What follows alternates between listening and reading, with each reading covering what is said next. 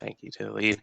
The title of this is the overarching series. It's How to Sell Your Business, Buy, Sell, or Hold, a guide to selling or buying a business. This is session 5. The questions are, of course, am I ready? Prepping my business and building my dream team.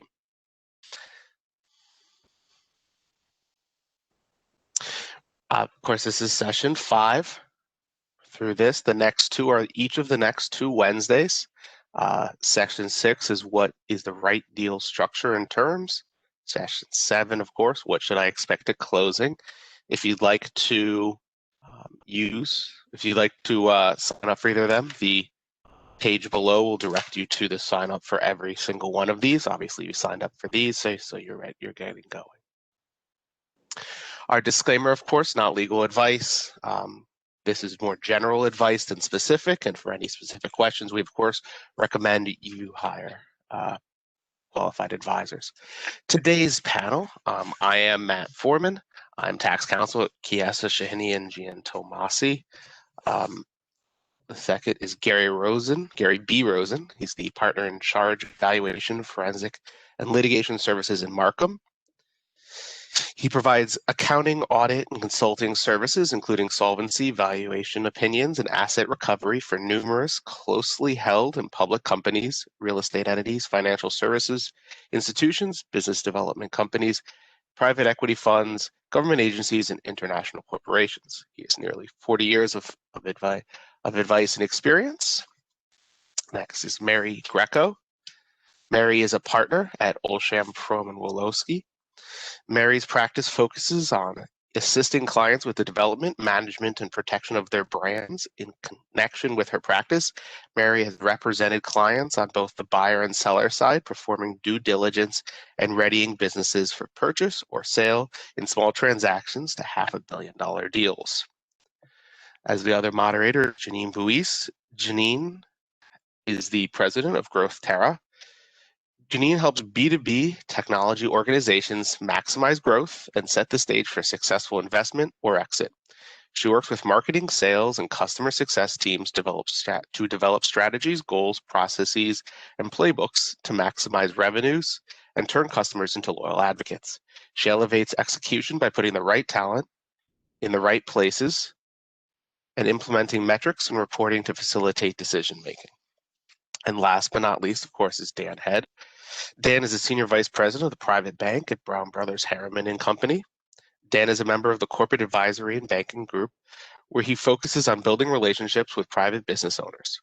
He joined the firm in 2007 and provides strategic corporate finance advice to founder and family-owned companies and works closely with BBH wealth planners and wealth managers to tailor integrated solutions for clients. Dan also develops new opportunities for colleagues in the corporate lending and private equity practices. There are full bios at the end that I'll show you at the end of the presentation, along with contact information. So this question, and the question we'll be discussing today is, am I ready for due diligence?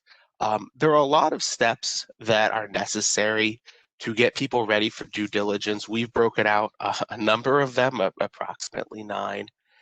And we're going to talk about each one at different points to talk about different factors, things to watch out for, and different issues, problems, etc. we've had.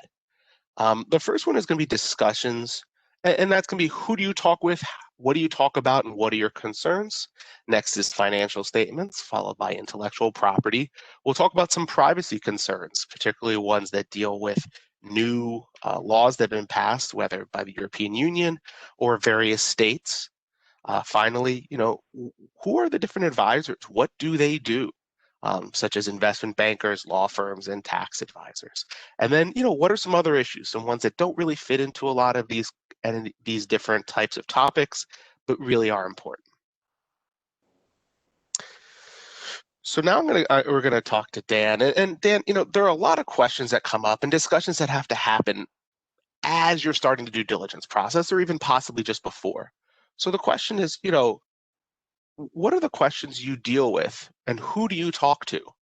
So Dan? Sure. Thanks, Matt. So as Matt said, I just want to ground our discussion a little bit in the Brown Brothers practice. We're advisor to private business owners. We're investor in their business through our commercial bank and private equity funds. And we are a wealth manager. About 80% of the wealth we manage comes from a liquidity event, a successful liquidity event. So we've seen a lot of them. We have a lot of experts within the institution that can help us from a team perspective, particularly at this juncture if a client is thinking about selling their business. And I'll just relate quickly a story of a client who went through a process.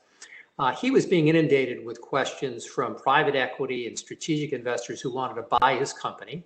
He started off by directly responding to them, sharing confidential financial information, and beginning to get a sense of valuation. We walked into the room and developed a relationship and asked him to stop the conversations for a moment and look at the business and look at his personal life and say, okay, if I still run the business for the next 5 years, what does this look like? And if I decide to sell the business, what am I going to do next?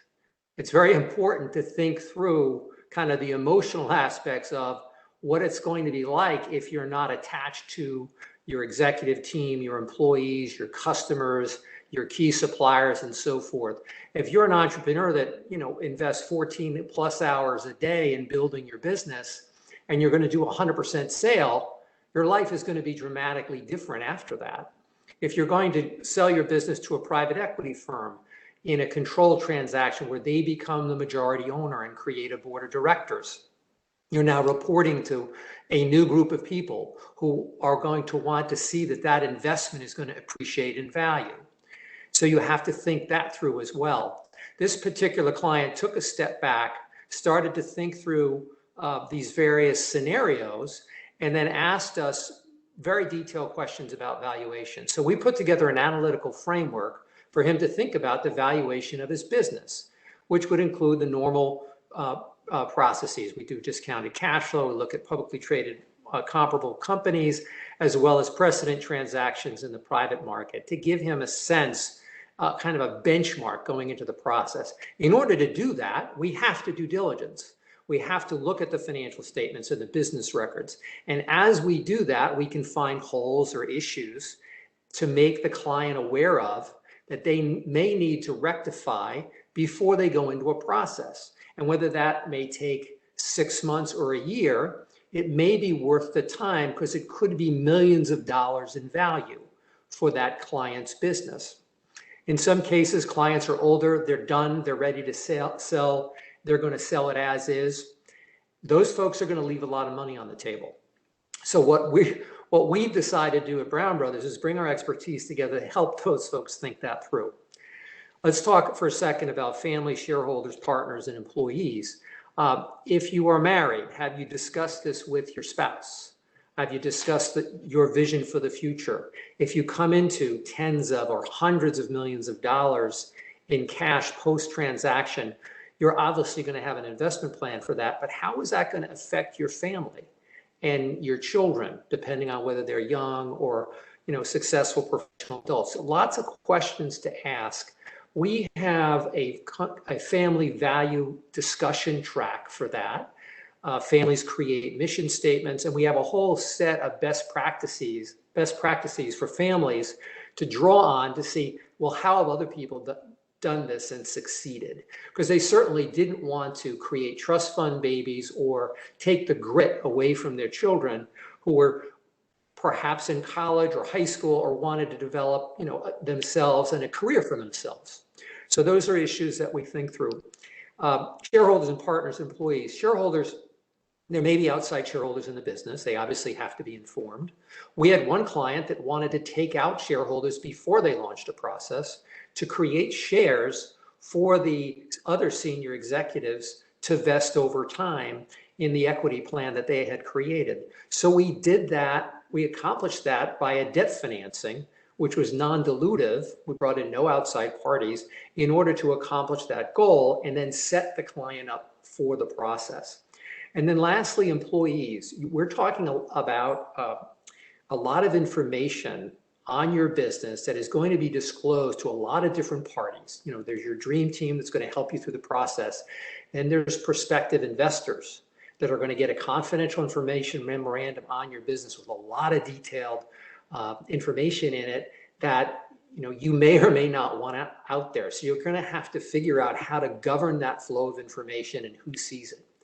Within the management ranks, if you decide to, say, do a private equity transaction, a control deal, where you're going to roll over equity and you're going to step up and become chairman because you've done such a good job of recruiting management and you've got a CEO from inside that's going to run the business, that's great. What you have to understand is their interests are going to diverge from yours, because at some point they're going to recognize they're reporting to a board, they're reporting to an outside investor who wants to see that investment appreciate, and they're going to be part of an equity plan that that investor puts in place. So as you're going through the process, expect that their view might change if that's the kind of path that you're going to take. And then lastly, with respect to employees, we had a situation with a client where they were at a trade show, and at the trade show, a competitor came across the room and said, "Hey, I hear you're for sale." And the individual at the trade show had no clue, so reported that back to management. Management then needed to do some damage control, give out a message, say, "Look, we're going through a capital raising process. The owners are considering diversifying. We're not selling 100% of the company," in order to, ease the uncertainty and fear that kind of comment may have caused. So you really have to think that through, and we can help you because we do this very frequently. We not only do diligence, but because we're a private equity investor, we're buying and selling businesses throughout the year. Usually 4 to 6 businesses we're making investments in, and 4 to 6 businesses we're selling. I think I'll stop there, Matt. Thanks, Dan. Now, a lot of the important parts in what we do are the financial statements, getting them ready and prepared. And for that, Gary, I know you do a lot of this type of work. So what are the important things? What has to be done and what are the considerations? Gary, you're on mute.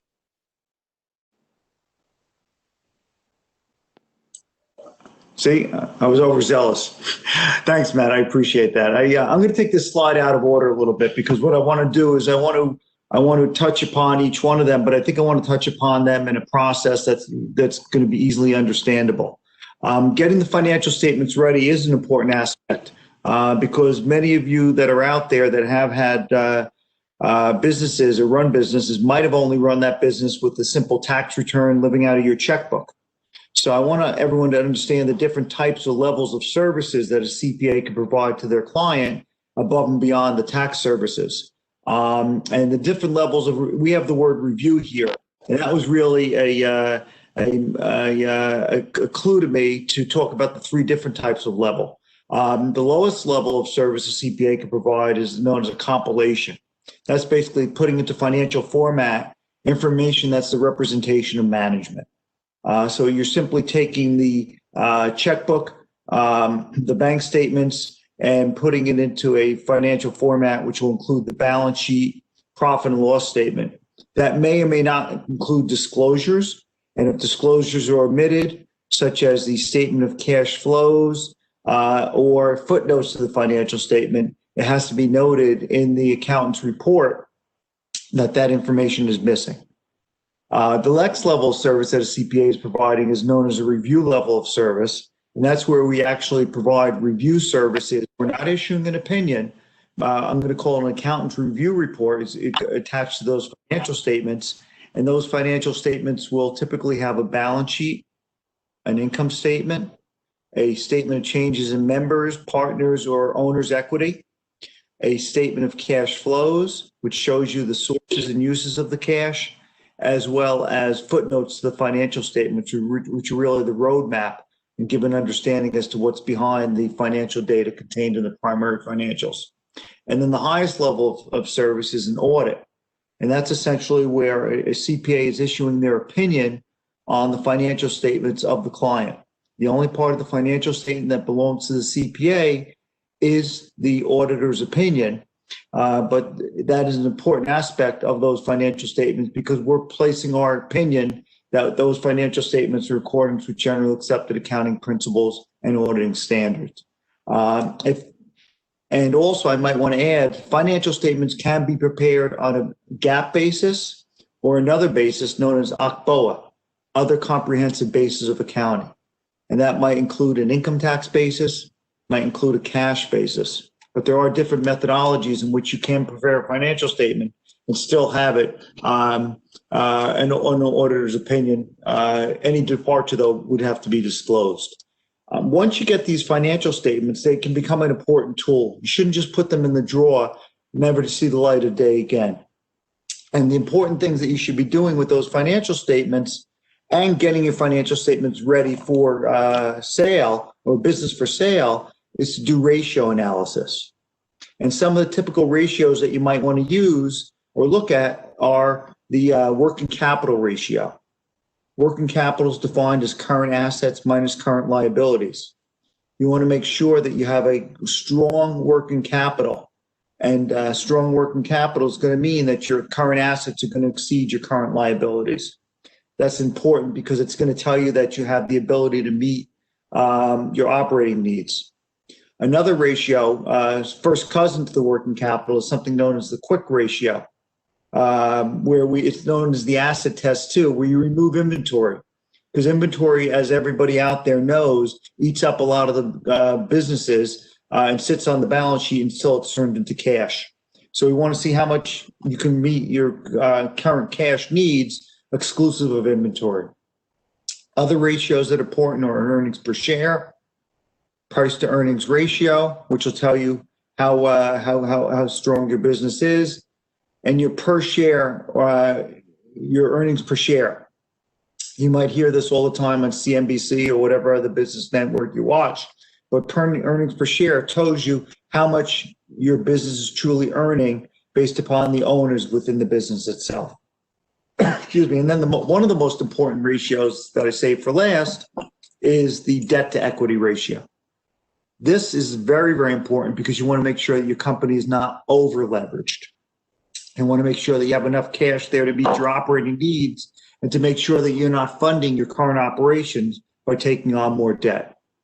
So those simple ratios will clearly help you to manage your business on a regular basis.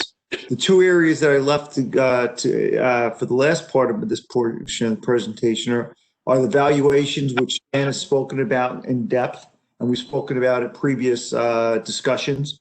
When we do the valuations, we look at the income approach, as Dan said, the market approach, comparing it to other companies, and the asset approach, because your business might be very, very strong and have valuable assets that are not indicative of the cash flow of the business. Typically, real estate is a perfect example. And the final thing I want to touch upon is the quality of earnings. Quality of earnings report is not a valuation. It's different in scope and serves a different purpose. It basically will tell the reader of that report or the person who's engaged to do that report, what is the quality of your earnings? Are your earnings going up because you're having increase in prices? Are they going up because you saved costs associated with your cost of goods sold? Are your earnings going up because one of your largest competitors went out of business? Are they going up because there's been a change in the technology and now you can use bots in your business and take the place of a dozen people that you previously had on the payroll? So the quality of earnings is a more in-depth, different type of engagement, but also a very, very valuable one. And I know, Dan, you request this oftentimes when you're going through the M&A transactions as well. Absolutely. So I think it's an important aspect of anyone to understand the difference between a valuation and a quality of earnings. The IRS still requires valuations when they look to state purposes or for buying and selling of purposes for goodwill and other attributes. But quality of earnings is a different type of engagement, which is very, very meaningful. And with that, I'm going to turn it over to Mary to discuss some IP issues.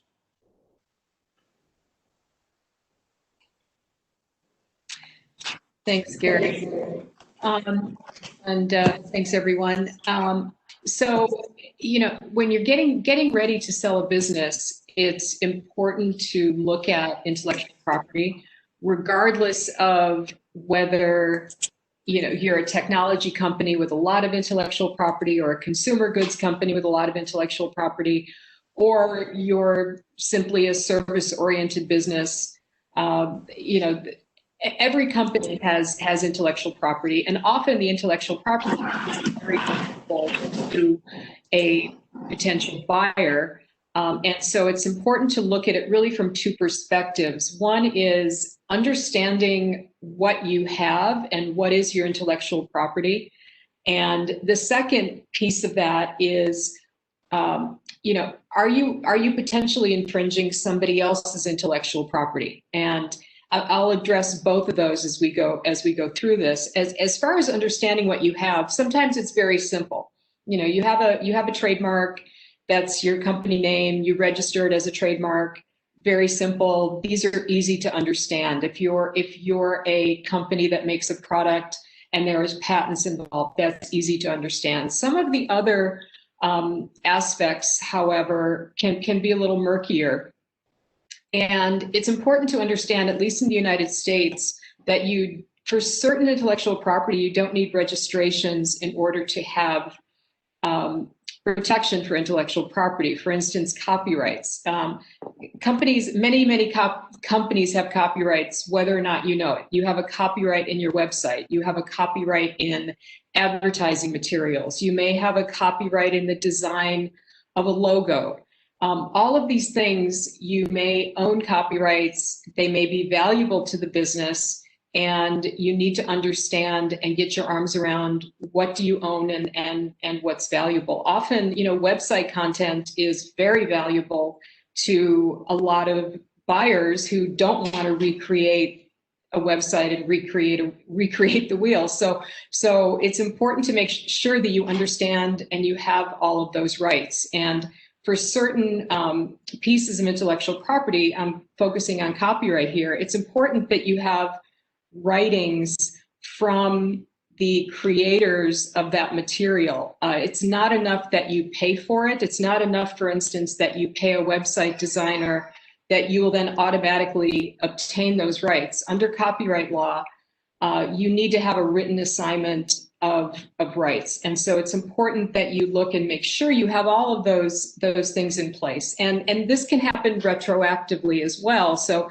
if you're looking and you say, you know, I didn't get an assignment when this was done, there are ways to go back and try to get all of that assigned. And another thing that I've seen companies can get held up on is, you know, a company that has some software, almost all the time there's open source materials in the software. And I guarantee that a buyer is going to know this. And it's important to understand what you have, what kind of open source material you may have in your software.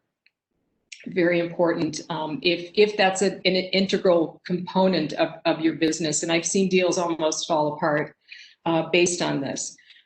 Things like domain names. This is important. Make sure that your domain names are clean, that they're actually registered to the company. Again, a lot of times I see a web designer will create a website, and then when you go to try to sell your business, you realize that the domain name is in the name of your web designer, or it's in the name of some employee of the company that purchased the domain name, and you don't own it. Same with social media accounts. It's important that all of this be, you review all of this and make sure it's all in the name of the company. You know, if you do have registered IP, make sure that's in the right company name. If you've changed your company name, if you've had a merger, even if you've changed your address, it's important to make sure all of this is updated and clean so that a buyer is looking at something that's updated and clean and there's no potential issues, because they're going to the next piece of this.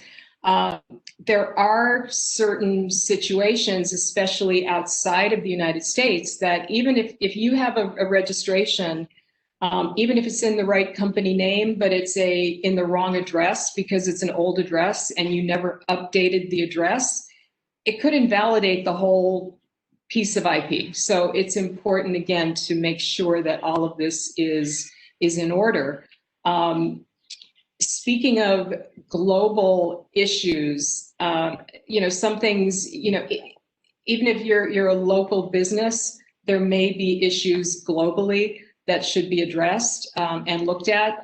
If you do sell products, chances are that these products that you're selling come from other countries. It's important to make sure that you have proper registrations in those countries. And in most countries around the world, at least for trademark protection, you don't have rights unless you have a registration.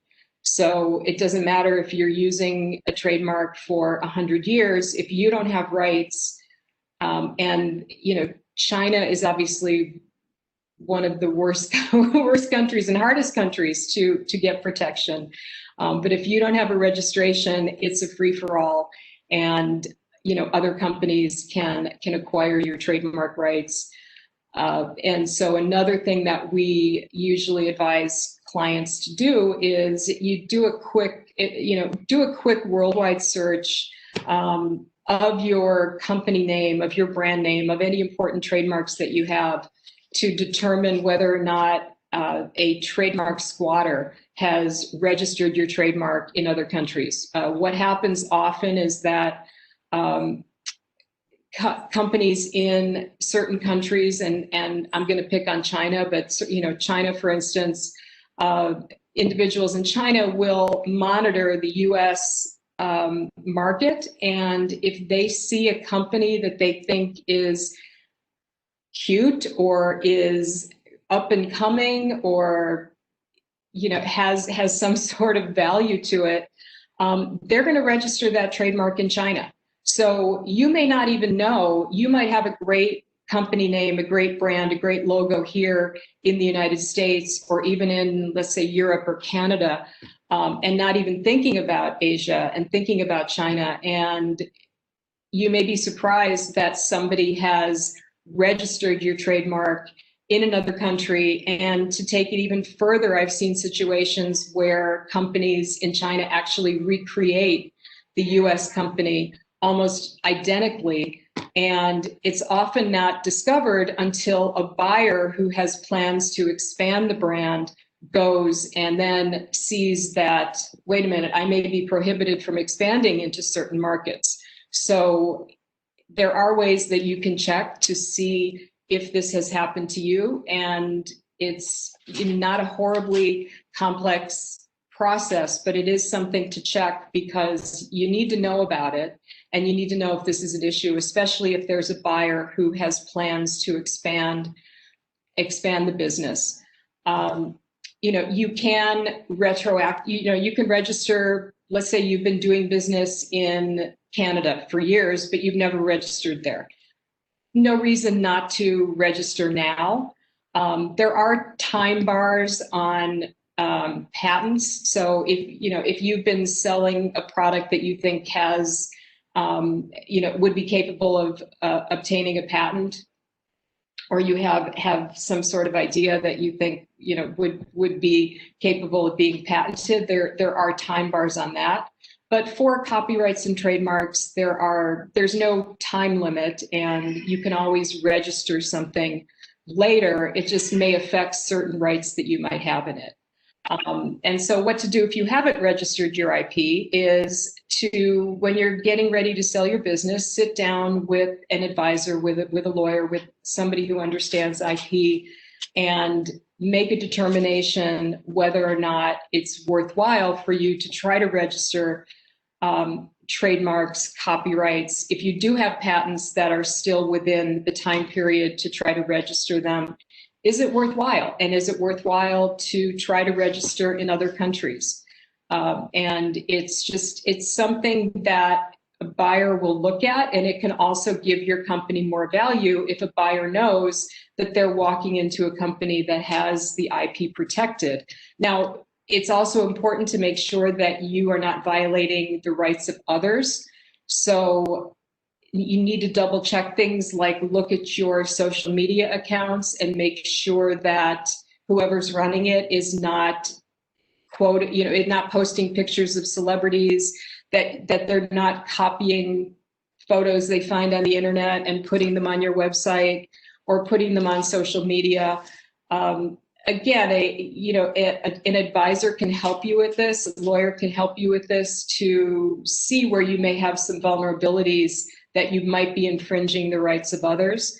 And that would be, again, important to know so that you can at least try to clean up some of these issues prior to going into due diligence, because buyers are definitely going to find these things because that's what they look for. So, so with that, I will, I think, pass it back to Matt, and I'll be back again. Thank you, Mary. And you know, she's being kind when she says, you know, when Mary mentions someone who knows about IP, she of course means herself. So I can say that I feel like she probably can't. So back to, you know, the roadmap. So we're through IP, and we're going to briefly kind of talk about different buyers. You know, what are they looking for, and what can that mean? And to this, we go to Dan. Sure, thanks, Matt. So there are different kind of buyers, as most of you know. I mentioned earlier, private equity buyers, strategic buyers, competitors, are among a few. The private equity world is so evolved now that many funds have specific investment theses around different industries and niches within industries. So very often, if you're evaluating private equity as a buyer, you want to know whether they've ever invested in your industry sector before, what their plan would be to grow your business, who's in their ecosystem, what sort of network and contacts that they have that can add value. Should they create a board of directors? Should they go out and begin to make acquisitions to grow the business? And you can flesh a lot of this out even before the process is launched with the help of a good M&A advisor or investment banker. Brown Brothers can also do preliminary research on, you know, let's say 10 to 20 different likely buyers for your company. If your company is well run and your diligence ready, you're then going to be thinking about, okay, if I'm interested in private equity, do I need to do a deal whereby I give up control? And I would say 75% of the firms out there today are looking to make a control investment in a business. There are some firms that will make a minority investment in a business if that's what you're thinking about. And then within the private equity community, they may also be a strategic buyer. They may have an asset or a business that is in your sector that is complementary to what your business does.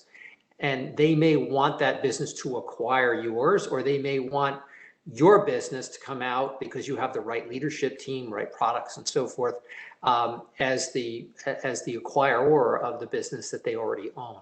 So you have to think of private equity both ways. One is making an individual investment, perhaps to do a roll-up strategy to grow by targeting you as their first acquisition, or they already are a strategic investor. Now, publicly traded strategic investors, be they US-based or foreign, theoretically, they used to be able to pay the most for a seller, particularly if a seller was selling 100% of their equity, because they could take out all of the overhead, all of the general and administrative expenses, and CFO and so forth, that come with a business because they don't need it. Now, I'd say within the last 5 years, private equity's evolved to the point where they will be competitive with, or sometimes a higher bidder in a process than a strategic investor. With strategic investors, what you have to watch out for is the timeline, is how long will it take, particularly if they're foreign, what kind of other approval processes will be required for your deal to close. And if you envision a 6-month process or a 9-month process, or even shorter than that, and you think a foreign strategic is a great buyer for your business, I think the timeline is going to be a lot longer. Now, are there other buyers? Sure, there's family offices. There are many family offices that have accumulated vast amounts of capital and that are behaving in some ways like private equity firms. The usual beat that you get on a family office is that they will have a much longer timeline than a private equity firm. Private equity fund will typically have a 10-year time frame and normally will want to exit in 5 or 7 years or earlier if they can in order to maximize the return for their limited partners and themselves. Family offices, theoretically, may have a much longer time frame and may be able to own a business in the same fashion that Berkshire Hathaway, Warren Buffett does. He wants to hold some businesses, it seems like, to eternity because they just are great growers and compounders of capital. So family offices should definitely be a consideration as you're thinking about the process. We had one client that was only looking at family offices, buyers, and he had the thesis that because he was young, he was only about 40, he wanted to continue to run his business, that was the best likely buyer for him. We had a different view. We thought that he should have gone much more broader in his process and look at other buyers because you just don't know until you get an actual offer what it's going to look like with respect to valuation and with respect to what you as the seller and owner's role is going to be down the road. So those are some of the different buyers. Those are some of the concerns that we have. I would just say we would normally argue for significant price discovery, meaning that you want an auction of very interested buyers, really understand you, understand your industry, and understand how they can take what you've done and grow the business for themselves to earn a significant return. This idea of one buyer making one offer and buying a business, it does happen from time to time. We think that lacks price discovery on the part of the seller. And there may be reasons for it, confidentiality reasons, and others that the seller does not want to go through a more formal process. We understand that.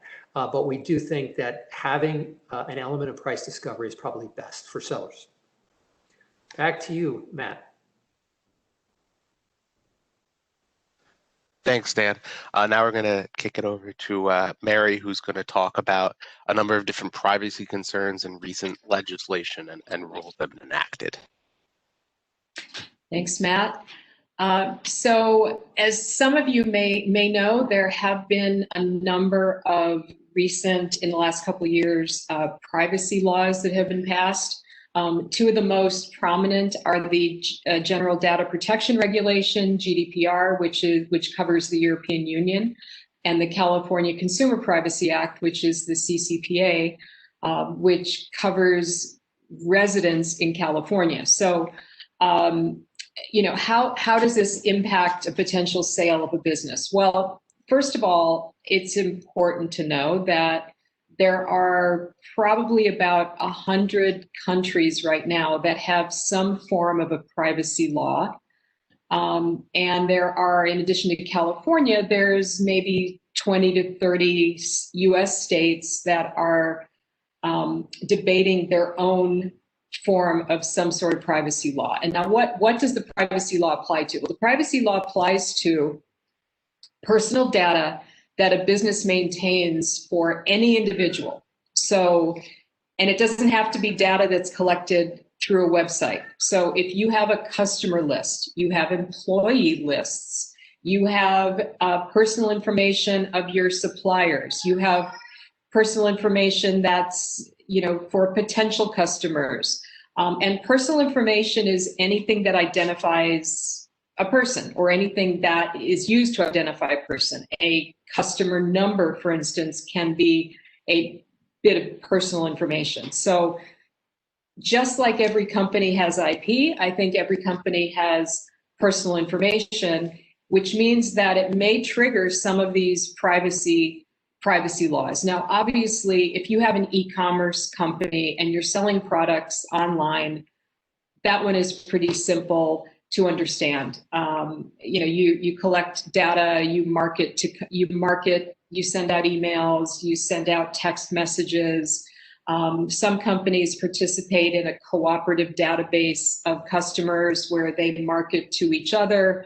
And I'm sure we've all seen that happen to us when we go online and suddenly, I look at a pair of shoes and now suddenly I'm bombarded with emails about shoes, and I log into my email account and I see pop-up ads for shoes. And not only the shoes I've looked at, but tons of other shoes, and now maybe some clothes and other things. So what happens is the data gets collected and then it gets used. So Whether or not these laws apply to you is going to vary jurisdiction by jurisdiction, and it's going to vary based on what you do. But what it does is all these laws require you as a company to give certain disclosures to people when you collect information about them. What's going to happen to the information? What are you going to do with the information? And what information do you even have? Where is it stored? The laws also require that you have certain security measures in place to make sure that personal information doesn't get misused, doesn't get stolen. One of the things that's comes up a lot in transactions now has to do with customer lists.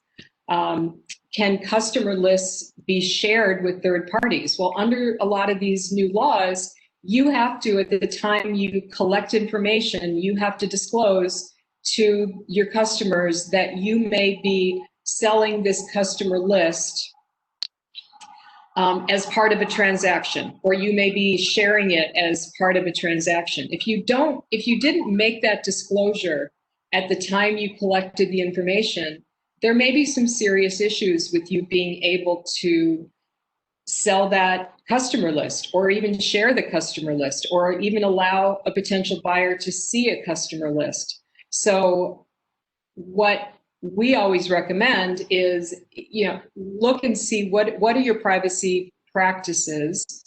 Have you done anything to audit your own company to determine what information is collected? What do we do with the information? How is it stored? What disclosures are given to the people from whom we collect the information?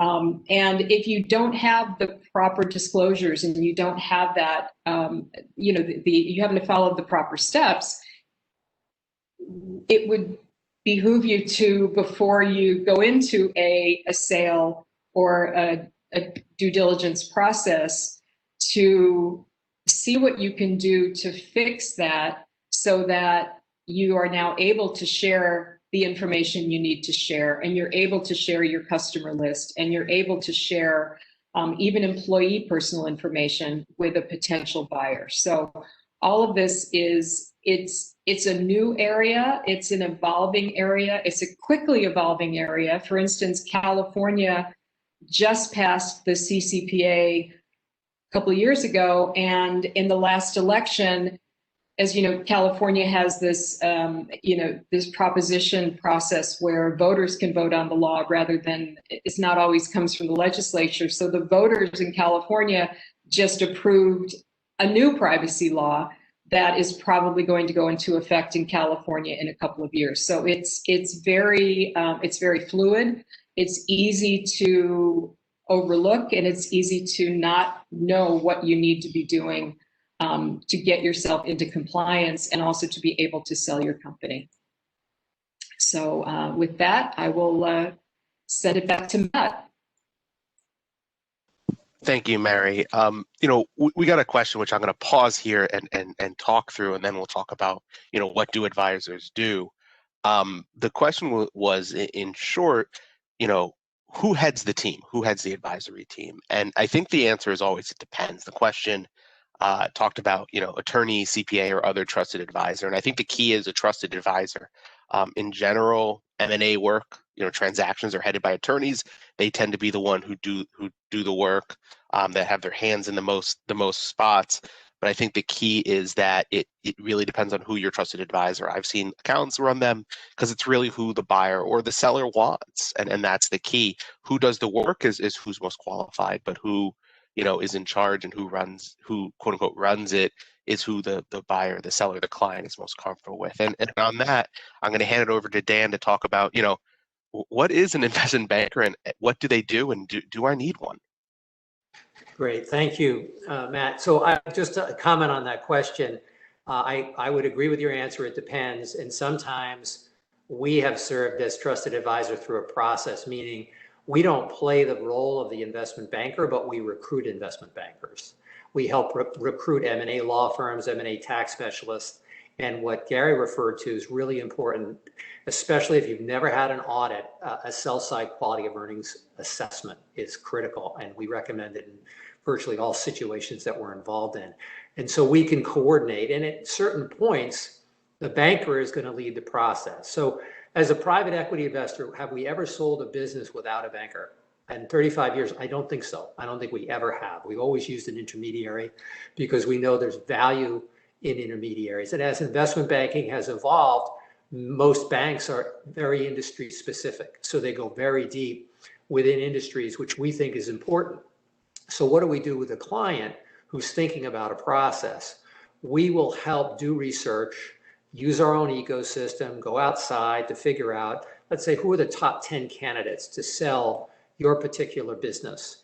We'll look at them, we'll share qualifications that they have with you, and then we'll narrow the list typically down to 3 or 4 that we will bring in. They'll sign a non-disclosure agreement, they'll get some information, they'll be able to ask the client questions, and then they will put together a presentation for you describing how they would pitch your business and what range of valuations you would expect and who the likely buyers are. And if you have 3 or 4 folks who are highly qualified who get your industry doing this, that can add a significant amount of value. Ultimately, you'll select one and we will help you negotiate the fees in the engagement letter. You definitely need legal counsel to negotiate the legal aspects of the letter, but when it comes to fees and pricing, we can help because we do this, again, as I said, multiple times each year for our own portfolio companies. So law firms, did you want me to comment on that? Yeah, no, thanks, Dan. No, I think for this we're going to go, back to Mary. So Mary, what do law firms do? Like, how do you find the right fit? Yeah. There's no right or wrong answer for all purposes. Sometimes a solo attorney is best able to handle a transaction. Other times a transaction is going to need a bigger law firm. And you need to feel comfortable with who you have on your team. The one thing I would stress is to make sure that whoever you hire has the right experience. It's not, these transactions can be very complicated, and it's not something that all attorneys can do. And it's not something that all law firms can do. And so it's, a lot of times if you have, an advisor who's not a lawyer helping you, that advisor can help put the team together. But, whether you go to a big firm or a small firm, cost is always an issue, but also, there are certain benefits to having a big firm. A big firm will tend to have a number of different departments that can address the various issues that can arise. The legal issues, a big firm would have an employment department, a tax department, other types of, an IP department, other types of departments that can all work together. But also a smaller firm can have that as well. And a smaller firm can have attorneys that they regularly work with for these types of situations. So the most important thing is finding the right fit, finding people that you trust and you feel comfortable with, and that have some experience in handling the type of transaction that you are envisioning. And I will now turn it over to my favorite tax lawyer, Matt Foreman. Thank you. Thanks, Mary. High praise. So, in the tax advisor and Gary, I want you to give your thoughts on this. A lot of people say, well, what's the difference between a tax accountant and a tax lawyer? I have an accountant. This is what they do. And I think one comment you made, Mary, really rang very true to me is find people who've done it before. And I've often found in transactions that it's important to have people, a tax accountant or just an accountant in general who knows your business and knows the ins and outs and where things are. And what stuff means can really be helpful. But a lot of times the tax lawyer is the one handling the tax aspects of the different, the sale documents, the merger documents, et cetera. And that's important. And, a lot of times the accountants are really great at helping, preparing questions and, what it means. And Gary, I want you to speak to that. If you disagree, feel free, or give me your thoughts. What does the tax advisor do from your perspective? Yeah, thanks, Matt. I think you're right. I think the tax accountant and the tax attorney are oftentimes interchangeable, but you're right. The tax attorney could take it to a different level when they could prepare the documents for sale and the other items, the post-purchase price allocation documents, et cetera. So I think that's an important aspect. But there are a ton of things that one must consider when they're going through this process. I mean, do you take cash as part of the transaction, or do you tell the individual that you'll take back financing? And if financing is taken back, what interest rate do you use? And do you go on an installment sale basis? How involved are you in the business on a post closing basis? Do you have an employment contract? If you have an employment contract, does that employment contract have a covenant not to compete? I was involved in a transaction several years ago, brought in because the individual who sold the business to my client went out and opened up across the street under another name in what he thought was stealth mode, but he wasn't very stealth because we found out immediately, and my client ended up suing him. And I did a damages analysis because there was a clause in the contract for a covenant not to compete. So, these are the attributes you have to understand when you go through it. Some of the other questions you might get, for example, what is a post-purchase price adjustment, purchase price adjustment closing that you might do? And that's essentially a clawback. There might be milestones associated with the transaction that you might have to evaluate post-closing where you might have to give dollars back to that purchaser. Because things did not pan out the way that it was proposed in the closing. And there are other attributes associated with it as well, something very near and dear to everybody's heart, known as depreciation. And depreciation is essentially spreading out the expense of a capital asset over an extended period of time. And what happens with that is that if you have accelerated depreciation, there might be tax attributes where there's recapture of that depreciation, and that could impact your tax bill when and if you close that transaction. So there's a whole host of things that you really should be considering, and whether it's a tax attorney or an accountant, the important thing is that you get the proper advice for your transaction. Thanks, Gary. And one thing I found, and I know we've discussed this, is a lot of times the best advisors are good at saying, this is what I do, and this is when we need to find someone else. And I know we've talked about this, that, we work together, say, look, this isn't what I do, but I know this person, I know a couple people, let me connect them with you. And that's about getting the right team, the right expertise together. Right. Now we're going to go on person in the room, the most important person in the transaction should be the client. Oh, absolutely. Everybody else should work in tandem with them. Absolutely. And now we're going to go on to two other issues, a couple ones. The first one, I'm going to go to you, Mary. And these are, there's a billion other issues, right? We could talk about this for days, for days and weeks. But the first one is, issues with export controls and the control of technology. Mary, I know you talked about it with interactions with other countries, but I know you have a story about a deal that was nearly scuttled because of what issue, one specific issue. So Mary, if you could. Yeah. There's a host of laws in the U.S. that prohibit exporting certain goods outside of the U.S. to the restricted countries, such as Iran and some of the more obvious countries. But there are certain countries, Venezuela is a country that, can also be problematic. And there are, a host of other countries. And it applies, it applies kind of across the board. Technology companies can be especially vulnerable based on the nature of the technology.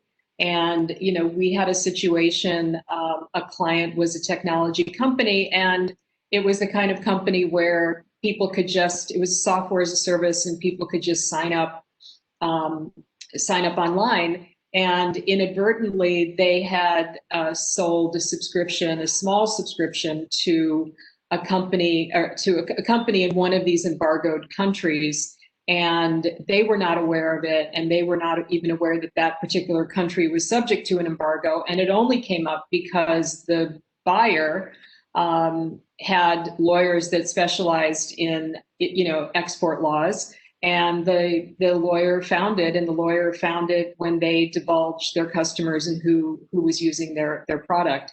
It turned out we were able to solve it, and the deal ended up going through, but it delayed the closing. That one little issue delayed the closing about 3 weeks. While we worked, and we had to find, export experts on our end to try to work through this. And again, it was a very small deal. I think it was maybe like $1,000 subscription or something. It wasn't even a big sale to this company, but there are little landmines like this that can happen in deals. And so it's important to have the right advisors and the right people who know what to look out for. Thanks, Mary. And the final question, I'm going to go to you, Dan. We've talked about it a lot. It's come up a lot. I think it's very important. If you could talk about, the need to feel comfortable with advisors and buyers and with the overall process. Sure. Size matters. So let's take the investment banker. If your business is worth, say, between $50 million and $200 million, and you're in I'll pick an industry, healthcare services industry, there are bankers that are very active in that segment of the market, and there are many that are very qualified. Ultimately, if we went through our bake-off process that we orchestrated Brown Brothers, it's going to come down to you might be 2 finalists. It's almost a coin toss as which one would be better, but you're going to choose, probably based on personal chemistry, which one you're going to go with. Because we're going to be able to certainly negotiate the engagement letter for sure, but you don't have a lot of time to develop trust with that banker unless they've been calling on you for many years. You're going to have to kind of go, with your gut and kind of with the work and the process that we put in place for you. Similar with law firms, we had a client whose business is probably worth just shy of $200 million. And he was getting ready for his maiden voyage. And he went to his existing lawyer, asked some questions, got back to us. And ultimately, he didn't have that strong a relationship with his existing law firm, even though the firm said they had an M&A practice. He became uncomfortable and he reached out to us for others. So we had introduced him to 2 other firms, and he selected one of those 2 other firms. As Mary said, price does matter. So depending on what your enterprise value is and the complexity of your transaction, you probably are going to have to pay more for that expertise. And one last advisor we didn't really talk about is your trust and estates lawyer. Your trust and estates lawyer can play a really important role pre-transaction in getting you ready. We often get asked for referrals for trust and estate law firms.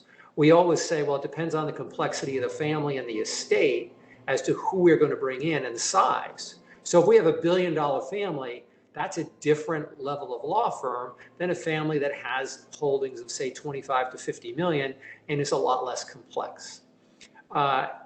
Ultimately, you're going to choose who the advisor is going to be, who is on your advisory team. Certain members of your team will have very specific tasks, so they'll be in and out, where you will be constantly interacting with your M&A law firm, and as you get further into the process, your M&A tax firm, and of course, the investment banker, should you choose one. And thank you, Dan, for that. And up right now, I have the contact information for myself, Janine, Mary, Gary, and Dan. So I want to thank everyone for coming, for attending, of course. Thank everyone, all the presenters. Hopefully everyone enjoyed presenting and in that. And thank you to everyone, and have a great rest of your day and rest of the year. Take care. Thank you. Bye, everyone. Bye-bye.